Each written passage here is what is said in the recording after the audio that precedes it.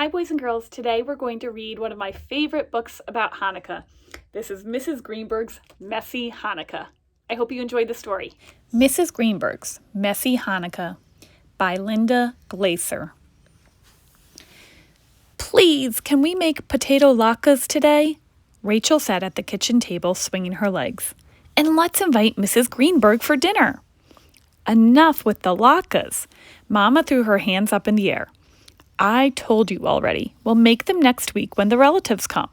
That's when we'll invite Mrs. Greenberg. But tonight won't even feel like the first night of Hanukkah. Rachel took the menorah from the cupboard and pushed the first 2 candles in. No latkes, no company. We'll still light the candles. Mama kissed her on the nose. It'll be Hanukkah. Don't worry. But right now, Papa and I have lots of errands. So please get your coat on. Rachel set the menorah on the windowsill. It was such a cold, gray day out there, just the kind that begged you to make the house all warm and good-smelling. That gave her an idea. Can I stay next door with Mrs. Greenberg? All afternoon? Mama shook her head. Please, asked Rachel. She's not so used to little monkeys. Papa gave Rachel a playful poke. But it's almost Hanukkah, and she's all alone, Rachel pointed out. She could use a little company. I didn't think of that. Well, I suppose. Mama looked at Papa. If you won't be any trouble. I'm never any trouble. Rachel pulled on her coat and raced out the door, braids flying. Wait, Mama called after her. I'll telephone just to make sure. But Rachel was already skipping down the path. Mrs. Greenberg's house was all clean and sparkly, like it was just waiting for company, while Rachel's house always looked like it was still in bed, with its hair sticking up. And Mrs. Greenberg was always glad to see her. Come in, don't be a stranger, said Mrs. Greenberg. I told your dear Mama, of course you can stay. It's much too empty around here, especially for Hanukkah. Rachel stepped inside. That's just what I told her. She peeled off her coat. Can we make latkes? Oh my, said Mrs. Greenberg. I haven't made latkes in years. But latkes make it feel like Hanukkah, Rachel explained. It's some messy job, said Mrs. Greenberg, all that grating and frying. But Mama and Papa would be so surprised. Rachel jumped in the air. I didn't think of that. I do have plenty of potatoes. Wonderful, Rachel exclaimed. She skipped into the kitchen where everything had its very own place and it sparkled, even the floor. Mrs. Greenberg handed her an apron and they both got right to work grating potatoes. Rachel tried to keep her gratings in a nice little hill like Mrs. Greenberg's, but somehow her little hill slid right off the table. Oops, said Rachel. Oi, said Mrs. Greenberg. What a mushy mess. Rachel grabbed the mop, but the more she mopped, the worse it got.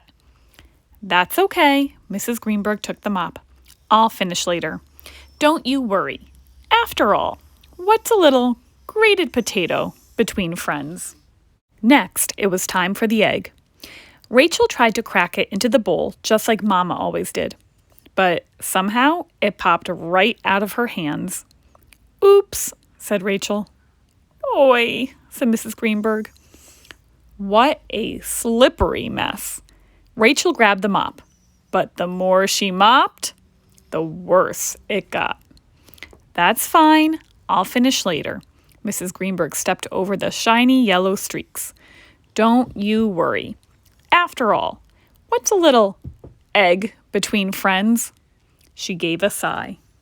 Soon we'll have Hanukkah latkes, Rachel reminded her. Mrs. Greenberg stirred everything in a big bowl. Rachel lugged over a bag of flour. Don't we need this? But somehow the bag ripped. Oops, said Rachel. Oi, said Mrs. Greenberg.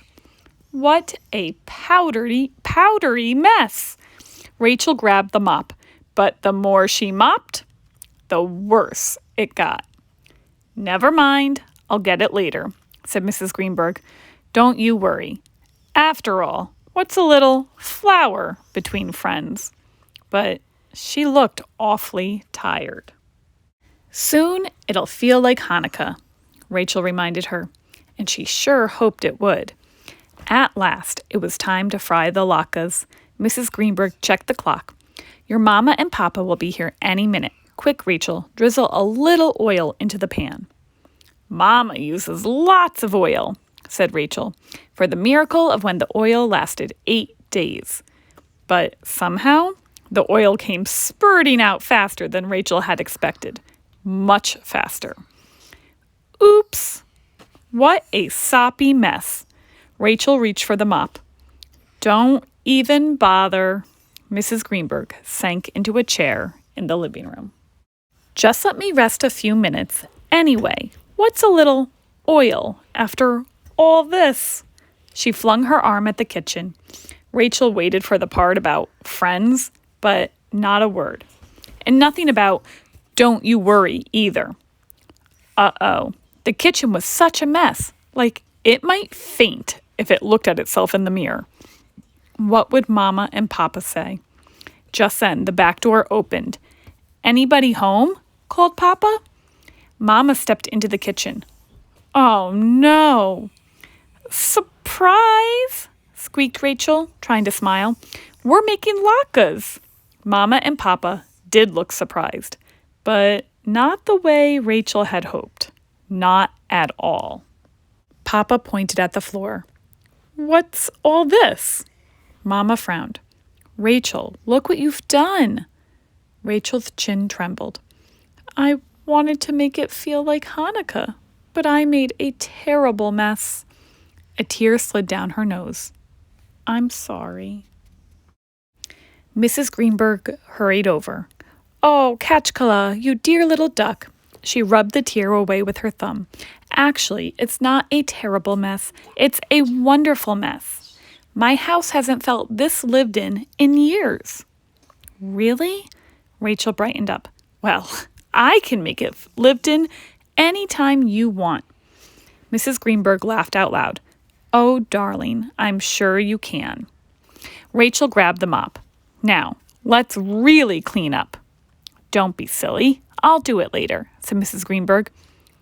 Do me a favor, said Papa. Sit down and relax. That's right, said Rachel. We want to do it.